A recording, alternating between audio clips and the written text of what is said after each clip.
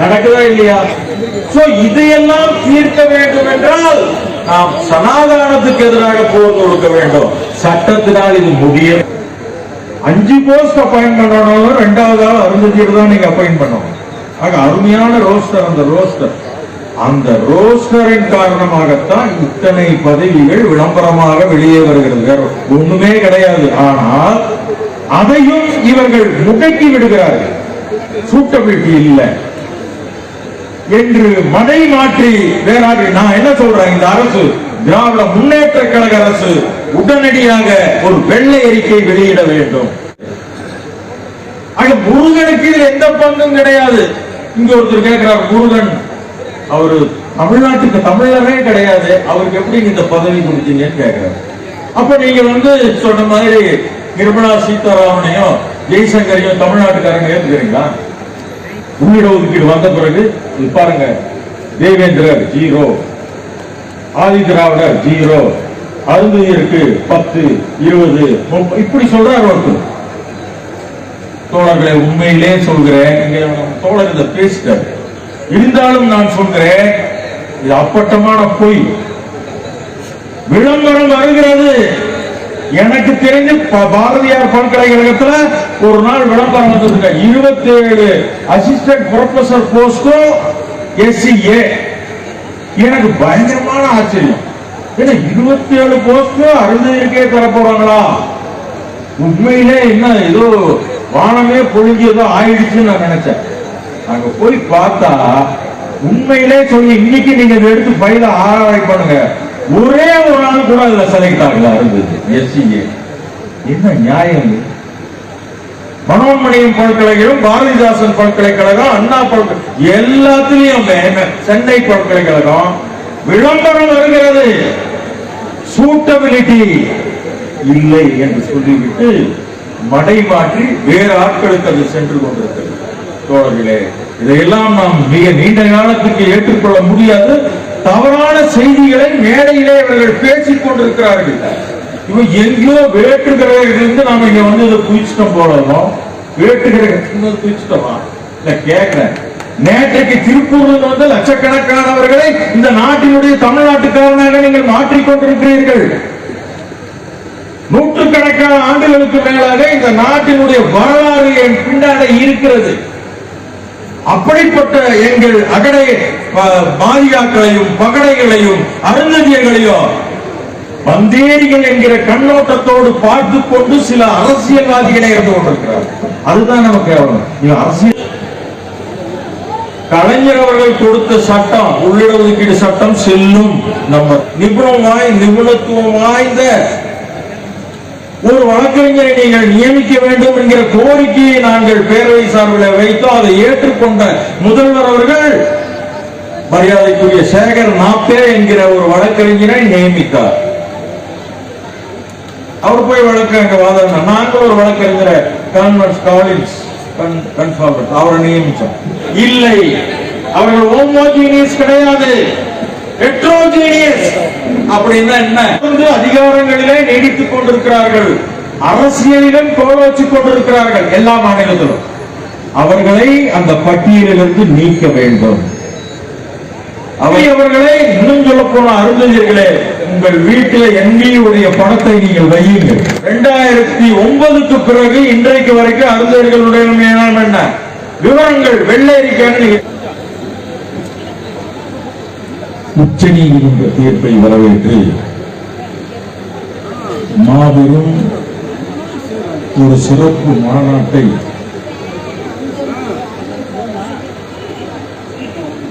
Marxist communist கட்சி திண்டுக்கல்லில் இன்றைக்கு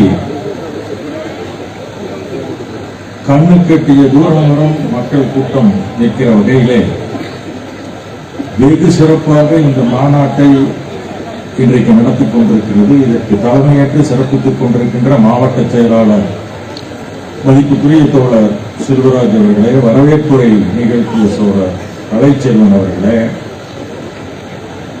இந்த நிகழ்ச்சியில கலந்து கொண்டு இறுதியில சிறப்புரை வழங்க வந்திருக்கின்ற மார்க்சிஸ்ட் கம்யூனிஸ்ட் கட்சியினுடைய மாநில செயலாளர் மரியாதைக்குரிய தோழர் கே பாலகிருஷ்ணன் அவர்களே, இந்த நிகழ்ச்சியிலே கலந்து கொண்டு உரையாற்றி விடைபெற்று சென்றிருக்கின்ற மத்திய குழு உறுப்பினர் தோழர் சம்பத் அவர்களே, தோழர் மருப்பூர் ராமலிங்கம் அவர்களே, தோழர் பாலபாரதி அவர்களே, தோழர் சாமுவேல் ராஜ் அவர்களே, இந்த தொகுதியினுடைய நாடாளுமன்ற உறுப்பினர் மரியாதைக்குரிய சச்சிதானந்தன் அவர்களே, இந்த நிகழ்ச்சியில எனக்கு முன்னால் பேசி அமர்ந்திருக்கின்ற ஆதித்தமிழர் கட்சியினுடைய தோழர் ஜக்கையன் அவர்களே,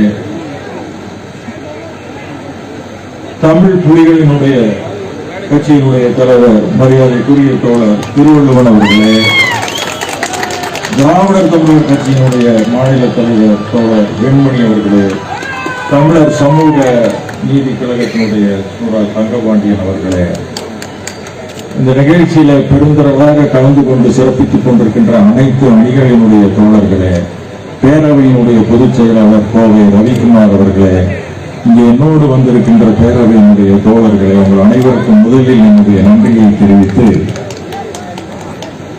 அன்புக்குரிய தோழர்களே,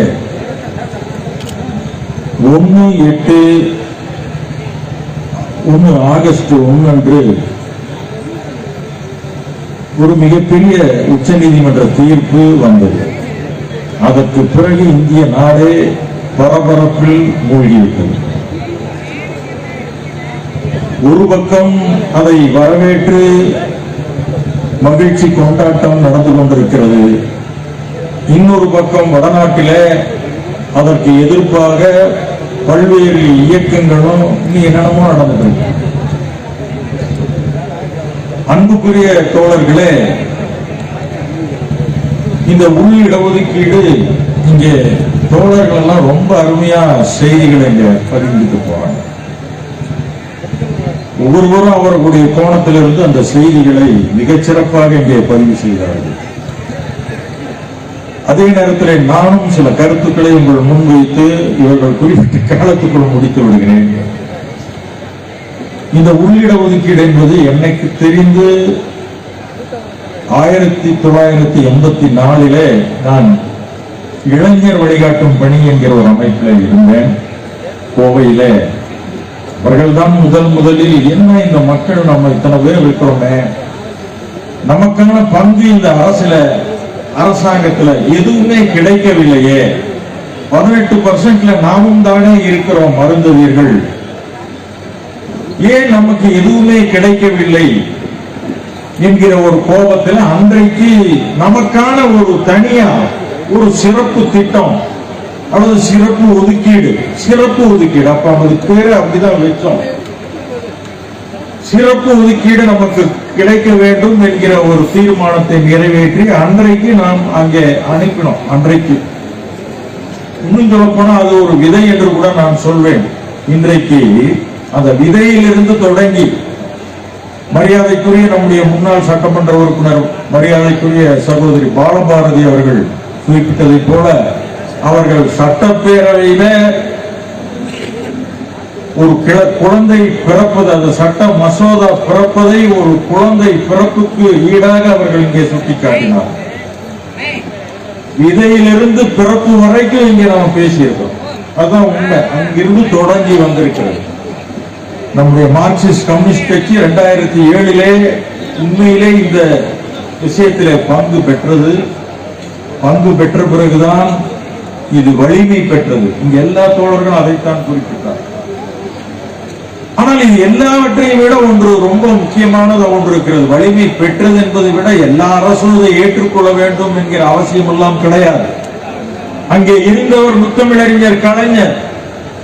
அவருக்கு அருந்ததியர்களுடைய வழி என்னவென்று தெரியும். ஏனென்றால் அவரும் ஒடுக்கப்பட்ட சாதிகளிலே ஒடுக்கப்பட்ட சாதியாக இருந்தவர் என்பதை நாம் புரிந்து கொள்ள வேண்டும். அதனால்தான் அருந்ததியர்களுடைய வழி அவருக்கு புரிந்தது. இதுக்கு முன்னாடி இருந்த எத்தனையோ அரசுகள் அதை பற்றி நினைத்து கூட பார்க்கவே இல்லையே. இவர் ஏன் நினைத்து பார்த்தார்? கோரிக்கை எல்லோரும் தான் வைப்போம். ஆனால் இன்னொரு விஷயம் இருக்கிறது. நாம் இத்தனை கோரிக்கை வைத்து இத்தனை போராட்டங்கள் நடத்தி எல்லாமே செய்தோம். ஆனால் கலைஞர் அவர்கள் அந்த இடஒதுக்கீடு வழங்கிய பிறகு ஒரு கருத்தை வெளியிட்டார்கள். என்ன கருத்து தெரியுமா? அந்த கருத்து நாங்கள் எல்லாம் கூட அதை ஏற்றுக்கொள்ளவில்லை. மார்க்சிஸ்ட் கம்யூனிஸ்ட் கட்சி அந்த கருத்தை ஏற்றுக்கொள்ளவில்லை. அவர் சொன்னார், இந்த கோரிக்கைக்காக யாரும் போராடவில்லை, இந்த கோரிக்கைக்காக யாரும் எனக்கு கோரிக்கை மனுவே கொடுக்கல, கோரிக்கை மனுவே கொடுக்கல. அவர் சொன்னாரு, நான் தான் கோரிக்கை வைக்கிறேன், அது எனக்கே நானே கொடுத்துக்கிறேன், நானே கொடுத்துட்டு நானே அதை நிறைவேற்றுகிறேன் என்று சொன்னார். எவ்வளவு பெரிய சாணக்கிய கலைஞர் என்பதை இப்பொழுது நினைத்தால் அதை புரிந்து கொள்ள முடியும். ஏன் என்று சொன்னால், இந்த வெற்றிக்கு நாமெல்லாம் அதுல உரிமையை கொள்வது நியாயமானது, போராடி இருக்கிறோம், எல்லோருடைய பங்கு இருக்கிறது. மத்திய அமைச்சராக இருக்கிற முருகனும் அவருக்கு போய் நன்றி பாராட்டு சொல்றாங்க. அவர் என்ன பண்ணாரு இதுன்னு யாருக்குமே தெரியும். அவர் என்ன பண்ணாரு நான் கேட்கிறேன். அவரு போய் ஐஏஎஸ் ஓய்வு பெற்ற ஐஏஎஸ் அதிகாரிகள் எல்லாம் போய் இந்த உள்ளிடஒதுக்கீடு வாங்கி கொடுத்ததுக்கு ரொம்ப நன்றிங்க. எப்படிங்க அன்புக்குரிய சொந்தங்களே, நான் இந்த நீதிமன்ற தீர்ப்பை ஒட்டி தான் இந்த மாநாடே இன்னைக்கு நடக்குது. நீதிமன்ற தீர்ப்பு என்ன சொல்கிறது? ஏன் இந்த உள்ளிடஒதுக்கீடு உச்ச நீதிமன்றத்துக்கு போனது? தமிழ்நாட்டில் கொடுத்திருக்கிற உள்ளிடஒதுக்கீட்டை எதிர்த்து போனார்கள், ஆனால் அது தடைபடவில்லை, தொடர்ந்து நடைமுறையிலே இருந்தது. வழக்கு மன்றம் போனார்களே ஒழிய இது தடைபடவில்லை. தொடர்ந்து 15 ஆண்டுகளாக இதை அருந்ததியர் மக்கள் அனுபவித்துக் கொண்டிருக்கிறார்கள். ஆனால் ஆந்திராவில் அப்படி நடக்கவில்லை. ஆந்திராவிலே கேட்டகரைசேஷன், வகைப்படுத்துதல் என்கிற முறையிலே இந்த மக்களை 4ஆக பிரித்து ABCD என்று சொல்லி அவர்கள் ஜீவோ மட்டும் போட்டார்கள். 3 சட்டமெல்லாம் பாஸ் பண்ணல, வெறும் ஜீவோ போட்டா இந்த சட்டத்தில் நிற்குமா? ஹைகோர்ட்டே அதை தடை செய்து விட்டது. உயர் நீதிமன்றம் தடை செய்தது, உச்ச நீதிமன்றம் ஆமா தடை செய்து சரி என்று சொல்லிவிட்டது. இதுதான் ஆந்திராவில் நடந்தது, வகைப்படுத்துதல். அதே போல பஞ்சாப்ல என்ன விஷயம்னா, பஞ்சாப்ல 50% இடஒதுக்கீடு கொடுத்திருக்காங்க. சாதாரண நீங்க நம்ம 3% இடஒதுக்கீடு, 50% இடஒதுக்கீடுங்க. ஆக இப்படிப்பட்ட வழக்குகள் அங்கே நடக்கிறது என்று அங்கே போனோம். மார்க்சிஸ்ட் கம்யூனிஸ்ட் கட்சி தன்னை இணைத்துக் கொண்டது, நானும் ஆதித்தமிழர் பேரவையும் அதில் இணைத்துக் கொண்டு பல பேர் அதில் இணைத்துக் கொண்டார்கள். இறுதியில் இன்றைக்கு இருக்கிற முதல்வர் அவர்களை சந்தித்து கூட இதில் ஒரு சிறப்பான அரசியல் சட்ட நிபுணத்துவம் வாய்ந்த ஒரு வழக்கறிஞரை நீங்கள் நியமிக்க வேண்டும் என்கிற கோரிக்கையை நாங்கள் பேரவை சார்பில் வைத்தோம். அதை ஏற்றுக்கொண்ட முதல்வர் அவர்கள் மரியாதைக்குரிய சேகர் நாப்பே என்கிற ஒரு வழக்கறிஞரை நியமித்தார். அவர் போய் வழக்கு அங்க வாதாடினா, நாங்கள் ஒரு வழக்கறிஞரை அவரை நியமிச்சோம். அவரும் போனார். இத்தனை பேர் போனாங்க, வாதாடினாங்க. எல்லாம் அதெல்லாம் முக்கியம் அல்ல. இந்த தீர்ப்புல என்ன வந்திருக்கிறது என்பதுதான் கேள்வி. இந்த தீர்ப்புல 3 விஷயங்கள் இருக்கிறது. ஒன்று, கலைஞர் அவர்கள் கொடுத்த சட்டம், உள்ளிடஒதுக்கீடு சட்டம் செல்லும். நம்பர் 1. அந்த சட்டம் இயற்றுவதற்கு மாநில அரசுக்கு அதிகாரம் இருக்கிறது. நம்பர் 2. நம்பர் 3, ஏற்கனவே இருந்த சின்னையா வர்சஸ் ஆந்திர பிரதேஷ் என்கிற அந்த ஜட்ஜ்மெண்ட் நல்லிஃபைடு, அதாவது செல்லாது என்று இன்றைக்கு அறிவித்து விட்டது. அப்ப அந்த ஜட்ஜ்மெண்ட்ல என்ன சொன்னாங்க அப்படின்னு சொன்னா, எல்லோரும் ஒரே ஹோமோஜீனியஸ், பட்டியலிடத்தில் இருக்கிறவங்க அத்தனை பேரும் ஹோமோஜீனியஸ். அப்படின்னா என்ன அர்த்தம்? எல்லோரும் ஒரே தன்மை வாய்ந்தவர்கள். ஆனா இப்ப இருக்கிற இந்த உச்ச நீதிமன்ற தீர்ப்பு என்ன சொல்கிறது என்று சொன்னால், இல்லை, அவர்கள் ஹோமோஜீனியஸ் கிடையாது, ஹெட்ரோஜீனியஸ். அப்படின்னா என்ன? அப்படின்னா அருந்ததியர்கள் வேறு வகையான பண்பாடுடையவர்கள், தேவேந்திரர்கள் வேறு வகையான பண்பாடுடையவர்கள், பண்பாடுடையவர்கள், ஒருவருக்கொருவர் கொடுக்கல் வாங்கல், பெண் கொடுக்கல் வாங்கல் கிடையாது. அப்படி எப்படி ஹோமோஜினியஸ் ஆக முடியும்? தப்பித்தவரே ஒருவன், ஒரு அருந்ததிய பையன் ஒரு ஆதிதிராவிடர் பையன் பெண்ணை காதலித்து விட்டால் வெட்ட வருகிறான். நடக்குதா இல்லையா? இதையெல்லாம் தீர்க்க வேண்டும் என்றால் நாம் சனாதானத்துக்கு எதிராக போர் தொடுக்க வேண்டும். சட்டத்தினால் இது முடியவே முடியாது. சனாதானத்துக்கு எதிரான போர் மீண்டும் தொடர்ந்து நடக்க வேண்டும். மக்கள் மத்தியில் அது கொண்டு போகணும். அந்த பண்பாட்டு ரீதியிலான விஷயங்களை கொண்டு போய் சேர்க்க வேண்டும். நாளுக்கு நாள் சாதியினுடைய அந்த குரூப்பிங் நடந்து கொண்டே இருக்கிறது. இதையெல்லாம் இன்றைக்கு உச்ச நீதிமன்ற தீர்ப்புல இன்றைக்கு வந்திருக்கிறது. அப்போ என்ன மாநிலத்துக்கு அதிகாரம் இருக்கிறது என்று அவர்கள் இந்த தீர்ப்புல சொல்லப்பட்டிருக்கிறது. இதுல என்ன தவறு இருக்கிறது? அரசியல் சட்டத்தினுடைய 341 பிரிவு என்ன சொல்கிறது என்று சொன்னால், பட்டியலின மக்களை ஒருவரை சேர்ப்பதோ அல்லது அதிலிருந்து விளக்குவதோ கூடாது. இதுதான் அந்த சட்டம் சொல்லுது. அப்படி இருக்கும்போது அது மாநில அரசுக்கு அந்த அதிகாரம் கிடையாது. ஆனால் இருக்கிறவங்களை குரூப்பிங் பண்ணலாம்ல, அதுல என்ன தவறு? இப்போ ஆதித்தமிழர் பேரவை போன்ற அமைப்புகள் என்ன கோரிக்கை நாங்கள் வைக்கிறோம்னா, கேட்டகரைசேஷன் என்கிற முறையில இந்த சட்டத்தை மாற்றி அமையுங்கள். 18 விழுக்காட்டையும் கேட்டகரைசேஷன் பண்ணுங்க. நான் என்ன கேட்கிறேன்னு சொன்னா, 3 சாதிகளுங்க, 3 சாதிகளுக்கு கீழே 7 சாதிகள் இன்றைக்கு வருகிறது.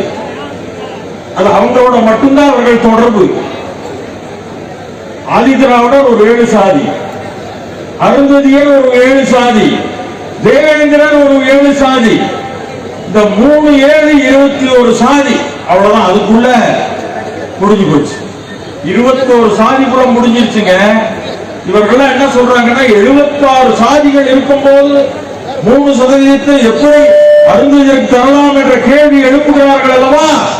அதற்கு நான் கேட்கிறேன், 3 7 21 போக இந்த 76 சாதியில 76 சாதி தமிழ்நாட்டில் இல்லைங்க. அதுல 2 ஜாதி இல்ல, 74 சாதி இருக்கிறது.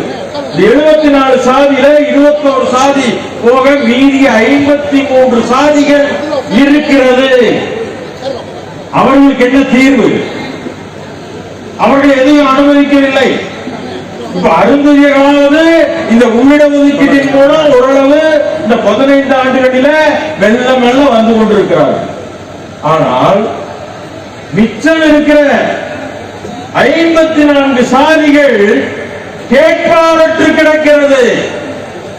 எப்பவுமே சமூக நீதிக்காக குரல் எடுக்கிற நாம் இதை எண்ணி பார்க்க வேண்டிய ஒரு அவசியம் இருக்கிறது. சும்மா விட்டுவிட முடியாதுங்க. அவர்களும் என்னவென்று நாம் கேட்க வேண்டிய அவசியம் இருக்கிறது. அப்ப 18% கேட்டகரைஸ் பண்ணுங்க, பிரிங்க, ஆளாளுக்கு எதுவும் கொடுங்க. நீர் எல்லா இடங்களுக்கும் பாயட்டுமே. ஏன் குறிப்பிட்ட இடத்துக்கு மட்டும்தான் நீர் பாய வேண்டுமா? நான் கேட்கிறேன். ஏன் ஒரு பக்கம் மட்டும் எல்லாம் நின்று கொண்டிருக்கிறது? தோழர்களை ஒன்றை சொல்கிறேன். ஒன்றிய அரசு இப்ப 2019 கொரோனா காலகட்டத்தில் மோடி அரசு ஒரு கமிஷன் நியமிச்சது. அந்த கமிஷன் பேரு Rohini committee commission. Rohini commission அறிக்கை கொடுத்திருக்கிறது. அது மத்திய அரசுல பெண்டிங்ல நிக்குது, ஒன்றிய அரசுல. அந்த கமிஷன் என்ன ரெக்கமெண்டேஷன் கொடுத்திருக்கிறது தெரியுங்களா? ஒட்டுமொத்த இந்தியாவில் இருக்கிற அந்தந்த மாநிலங்கள் இருக்கிற அந்த மாநிலங்கள் இருக்கிற 76 ஜாதியோ 74 ஜாதியோ அதை கேட்டகரைஸ் பண்ணுங்க அப்படின்னு ரெக்கமெண்டேஷன் கொடுத்திருக்கிறது. தோழர்கள், இந்த ஜட்ஜ்மெண்ட் வந்த பிறகு ஆந்திர பிரதேஷ், தெலுங்கானா, கர்நாடகா இங்க எல்லாம் கேட்டகரைசேஷன் படி சட்டங்களை இயற்றுவதற்கான வேலைகளை தொடங்கிவிட்டார்கள். இன்னொரு 6 மாதம் அல்லது 1 மாதம், ஒரு ஆண்டுகளுக்குள்ள அங்கிருக்கிறவங்களுக்கு எல்லாமே கிடைத்துவிடும். அதற்கு முன்னாடி 56 ஆண்டுகளுக்கு முன்பு லோகூர் கமிஷன் ஒரு கமிஷன், அந்த கமிஷன் சில ரெக்கமெண்டேஷன்ஸ் கொடுத்திருக்கிறது. அது கிடப்பில் போடப்பட்டிருக்கிறது 56 ஆண்டுகளுக்கு முன்பு. அது என்ன கமிஷன்? அது என்ன? அதுல பட்டியலிடத்தில் இருக்கிறவங்களே சில பேர் தாங்களே தொடர்ந்து அதிகாரங்களிலே நீடித்துக் கொண்டிருக்கிறார்கள், அரசியலிலும் கோல வச்சுக் கொண்டிருக்கிறார்கள் எல்லா மாநிலத்திலும். அவர்களை அந்த பட்டியலிலிருந்து நீக்க வேண்டும். அவர்களை அந்த பட்டியலிலிருந்து நீக்க வேண்டும் என்கிறீங்களே. இப்ப நீங்க கிரிமிலேயரை பத்தி சொல்றீங்களே,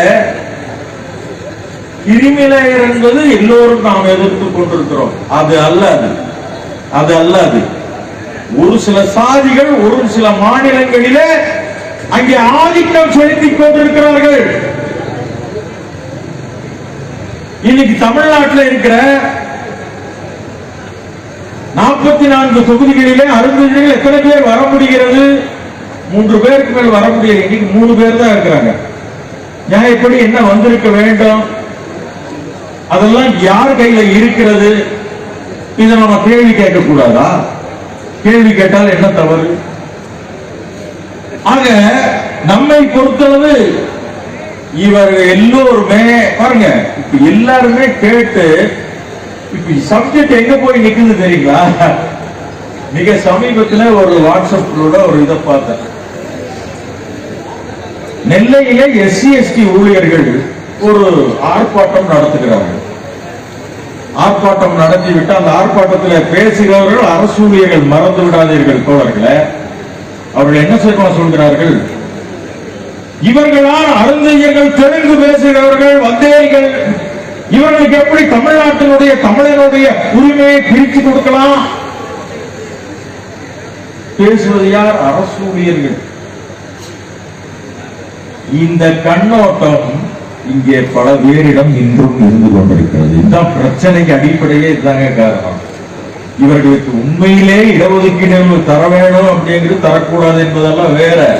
இவன் எங்கேயோ வேட்டுக்கிறவர்களிருந்து நாம இங்க இதை குதிச்சிட்டோம் போலவும், வேட்டுக்கிற குதிச்சிட்டோமா இல்ல கேட்கிறேன்.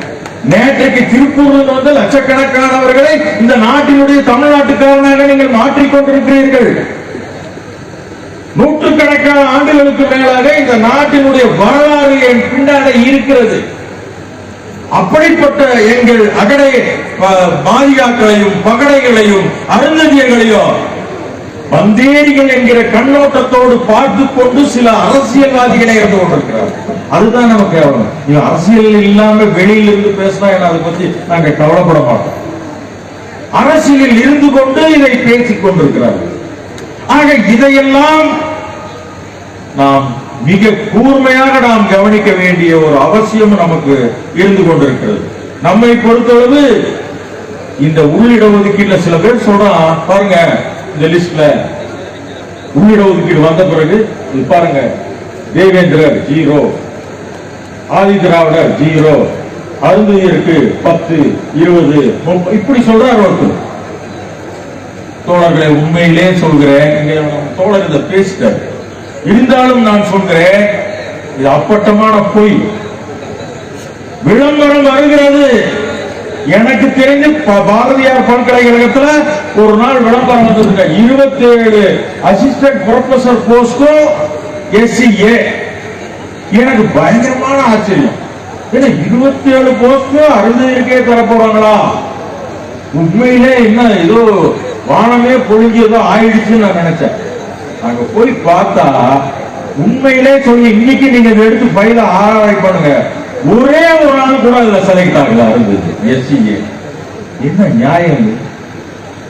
மனோன்மணியம் பல்கலைக்கழகம், பாரதிதாசன் பல்கலைக்கழகம், அண்ணா பல்கலைக்கழகம் எல்லாத்திலையும் சென்னை பல்கலைக்கழகம் விளம்பரம் வருகிறது. சூட்டபிலிட்டி இல்லை என்று சொல்லிவிட்டு மடை மாற்றி வேறு ஆட்களுக்கு அது சென்று கொண்டிருக்கிறது. தோழர்களே, இதையெல்லாம் நாம் மிக நீண்ட காலத்துக்கு ஏற்றுக்கொள்ள முடியாது. தவறான செய்திகளை மேடையிலே அவர்கள் பேசிக் கொண்டிருக்கிறார்கள். அது மட்டுமில்ல தோழர்களே, இன்றைக்கு நம்மை பொறுத்தளவு கலைஞர் ஒரு சாணக்கியர் என்று சொன்னார்ல. ஏன்னா இப்ப பல பேர் இத இது சொல்றாங்க. என்ன தெரியும் சொல்றாங்க? ஏங்க முருகனுக்கு போய் பாராட்டு தெரிவிச்சீங்கன்னா, ஏங்க அவங்க தாங்க அப்டேவிட் தாக்கல் பண்ணாங்க, இது ஓகே, எங்களுக்கு ஒன்றும் அப்ஜெக்ஷன் இல்லைன்னு. அந்த அப்ஜெக்ஷன் கொடுத்திருந்தா வந்திருக்குமான்னு கேட்கிறேன். மோடி கவர்மெண்ட் இந்த கேஸ்ல அப்ஜெக்ஷன் கொடுக்கல, ஆதரிச்சு அப்டேவிட் கொடுத்திருக்காங்க. அப்ப எதிர்த்து கொடுத்திருந்தா இந்த தீர்ப்பு வந்திருக்காது. அதனாலதாங்க நாங்க போய் முருகனை ஆதரிச்சு பாராட்டு தெரிவிக்கிறோம். ஆனா அதுக்கும் முருகன் காரணம் கிடையாது. அதுக்கு இதுக்கு முன்னாடி இருந்த ராமதாஸ் அத்வாலைக்கு முன்னாடி இருந்த நாராயணசாமி என்கிற ஒரு அமைச்சர், அவர் கர்நாடகா ஒசூர்ல இருக்க, அவர் தான் அத்தனை வேலையும் செய்தார். அவர் தான் செய்தார். செய்து இதை ஒரு வடிவமைப்பு கொண்டு வந்தவரே அவர்தான். லாபியிங் இருக்குல்லங்க சுப்ரீம் கோர்ட்ல, அதெல்லாம் அவர் தாங்க செஞ்சாரு. ஆக முருகனுக்கு இதுல எந்த பங்கும் கிடையாது. இங்க ஒருத்தர் கேட்கிறார், முருகன் அவரு தமிழ்நாட்டுக்கு தமிழரே கிடையாது, அவருக்கு எப்படி இந்த பதவி கொடுத்தீங்கன்னு கேட்கிறார். அப்ப நீங்க சொன்ன மாதிரி நிர்மலா சீதாராமனையும் ஜெய்சங்கரையும் தமிழ்நாட்டுக்காரங்க ஏற்றுக்கிறீங்களா கேட்கிறேன். எப்படி இது கணக்கு எடுத்துக்கிறது? எந்த அடிப்படையில் நீங்க பேசிக் கொண்டிருக்கிறீர்கள்? ஏதாவது ஒரு வழிக்கு நீங்க வாங்க. அப்ப அதெல்லாமே இல்லைங்க. அது மட்டுமல்ல தோழர்களே, ஜனார்தன் கமிஷன் ரிப்போர்ட்ல அவர் இறுதியா ரோஸ்டர் 4 ரோஸ்டர் தயார் பண்ணாரு. அதை கொண்டு போய் கலைஞர்கிட்ட காமிச்சார். இந்த பாருங்க 4 ரோஸ்டர் இருக்குது, எல்லாமே முடிஞ்சிருச்சு.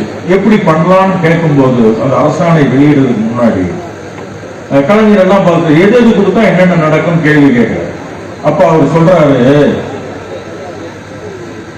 இது கொடுத்தா இது நடக்கும், இது கொடுத்தா, அதாவது அந்த ரோஸ்டர்ல 200 பாயிண்ட் ரோஸ்டர், அதுல 2வது இடத்துல SCA வருகிறது. அப்படின்னா அர்த்தம் என்னன்னா, ஒரு 2 போஸ்ட் நீங்க அப்பாயிண்ட் பண்ணணும், 2வது ஆளா அருந்ததியர் தான் நீங்க அப்பாயிண்ட் பண்ணணும். 5 போஸ்ட் அப்பாயிண்ட் பண்ணணும், 2வது ஆள் அருந்ததியர் தான் நீங்க அப்பாயிண்ட் பண்ணணும். ஆக அருமையான ரோஸ்டர். அந்த ரோஸ்டரின் காரணமாகத்தான் இத்தனை பதவிகள் விளம்பரமாக வெளியே வருகிறது, வேற ஒண்ணுமே கிடையாது. ஆனால் அதையும் இவர்கள் முடக்கி விடுகிறார்கள். சூட்டபிலிட்டி இல்லை என்று மடை மாற்றி வேறாக. நான் என்ன சொல்றேன், இந்த அரசு, திராவிட முன்னேற்ற கழக அரசு உடனடியாக ஒரு வெள்ளை அறிக்கை வெளியிட வேண்டும். நாங்கள் கோரிக்கை வைக்கிறோம். முதல்வர் வரட்டும், வெளிநாட்டுக்கு போயிருக்கிற, வந்த உடனே இந்த கோரிக்கை வெள்ளை அறிக்கை உடனடியாக வைங்க, இல்லாட்டி பிரச்சனை ஆயிடும். 2008க்கு முன்னாடி அருந்ததியர்களுடைய நிலைமை என்ன, 2009க்கு பிறகு இன்றைக்கு வரைக்கும் அருந்ததியர்களுடைய நிலைமை என்ன, விவரங்கள் வெள்ளை அறிக்கை. எத்தனை IPS இருக்கிறாங்க, எத்தனை IAS இருக்கிறாங்க, எத்தனை VAO இருக்கிறாங்க, எத்தனை தாசில்தார் இருக்கிறாங்க, எத்தனை நீதிபதிகள் இருக்கிறாங்க, முடிச்சுதான். இது எல்லாம் கொடுங்க, கொடுத்த பிறகு நாம அதை பேசலாம். இது இல்லாம என்னமோ இது எல்லாம் நாங்க பரி அப்படி. நீங்க மார்க்சிஸ்ட் கம்யூனிஸ்ட் கட்சி, உண்மையிலே சொல்றேன், அன்னைக்கு ஒரு பேரணி சென்னையில நடந்தது. அன்றைக்கு அதுல நானும் கலந்து கொண்டேன். மார்க்சிஸ்ட் தலைவர்கள் எல்லாம் என்னை அழைத்து கொண்டு போய் முதல்வரிடம் அமர வைத்தார்கள். உண்மையில எனக்கு அன்னைக்குதான் பெரிய விஷயம் எனக்கு பிடிச்சது. பொதுவாக யாராவது அழைச்சி போறாங்கன்னா அவங்க தான் பேசுவாங்க. நீங்க உட்கார்ந்து பேசுங்க, நீங்க தான் பிரதிநிதின்னு சொல்ற மரியாதைக்குரிய NV அவர்கள். உண்மையில இன்றைக்கு வரைக்கும் நான் அவரை மாற்றேன். அது மட்டுமல்ல, தர்மபுரியில் நடந்த எங்களுடைய உள்ளடஒதுக்கீடு மாநாட்டில் சிறப்பு பேச்சாளராக கலந்து கொண்டு அதை சிறப்பித்தார். அந்த மாநாட்டுக்கும் பெரிய விஷயங்கள்லாம் நடந்தது. NV அவர்களே, இன்னும் சொல்ல போன அருந்ததியர்களே, உங்கள் வீட்டில் NV உடைய பணத்தை நீங்கள் வையுங்கள். அந்த அளவுக்கு நமக்கு செய்யும். அதனுடைய தொடர்புல மார்க்சிஸ்ட் கம்யூனிஸ்ட் கட்சி சொன்ன மாதிரி இன்னைக்கு நம்முடைய தோழர் வெண்மணி அவர்கள் நிறைய என்னென்ன போராட்டங்கள் நடத்தி தொகுத்து இங்க வெளியிட்டார்கள். அதெல்லாம் நாம் தெரிந்து கொள்ள வேண்டும். உண்மையிலே நமக்கு பக்கபலமாக முற்போக்கு சிந்தனையாளர்களும் இடதுசாரிகளும் நம்மோடு இருக்கிறார்கள். நாம் பயப்பட வேண்டியதில்லை. யார் வேண்டுமானாலும், என்ன வேண்டுமானாலும், எங்கே வேண்டுமானாலும் பேசிவிட்டு போகட்டும். அதை பற்றி கவலை இல்லை. நாம் வெற்றி பெறுவோம். நன்றி, வணக்கம்.